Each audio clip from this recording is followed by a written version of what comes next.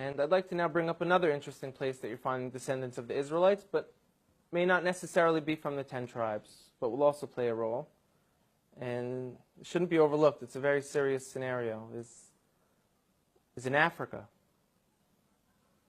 Africa has perhaps hundreds of millions of people with this identity right now of being from the people of Israel. Does that mean they were from the 10 tribes?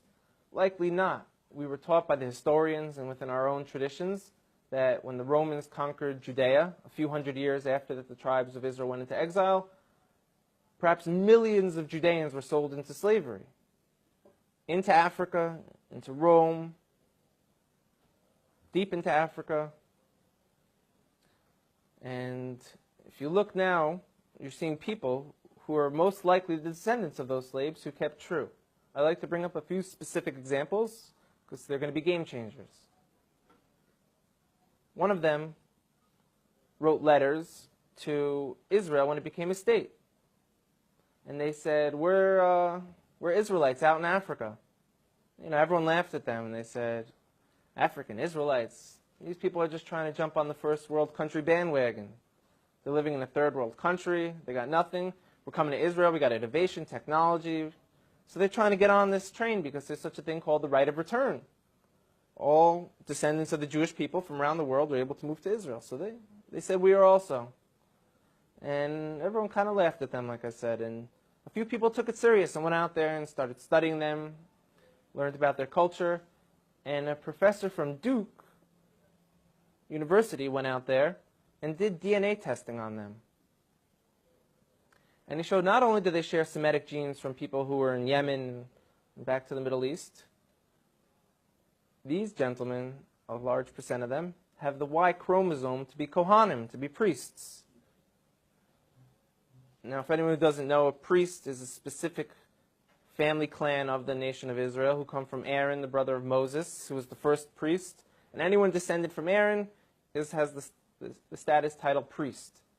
And we found that these men in this village in South Africa called Lemba, L-E-M-B-A, carry this genetic marker to let us know that they share the same as from the Sephardic and the Ashkenaz and the population of the people in Israel today. They share the same exact DNA marker. That's mind-blowing. So everyone kind of got humbled a little bit who laughed at them and said, now what? Now what do we do about this? This could have tremendous implications. Another area in Africa you have something big happening is in Nigeria. You have the Igbo people, or Igbo, pronounced either way. There's 40 million of them, also Christians, like I spoke about before, how that could happen to the children of Israel very easily. But also a lot of them are now coming out and converting back or adopting the rules of the Torah without all the paganism that they've been practicing for hundreds of years.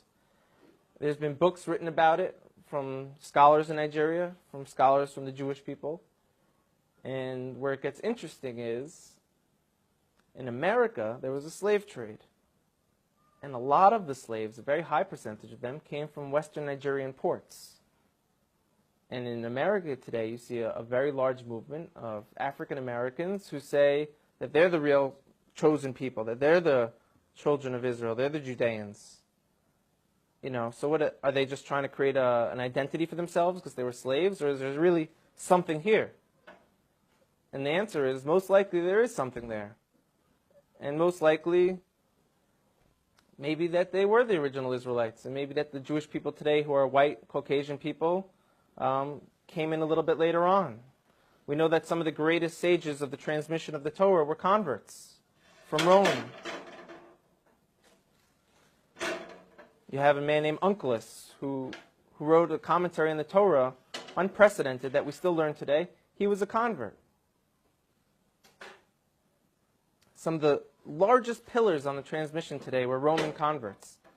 So here we are, we're Caucasian Jewish people, and now you have people in Africa saying that they're the real people of Israel. It can't be ruled out at all. We know they were sold into slavery. We know now that they're fulfilling prophecies by saying, we're coming back.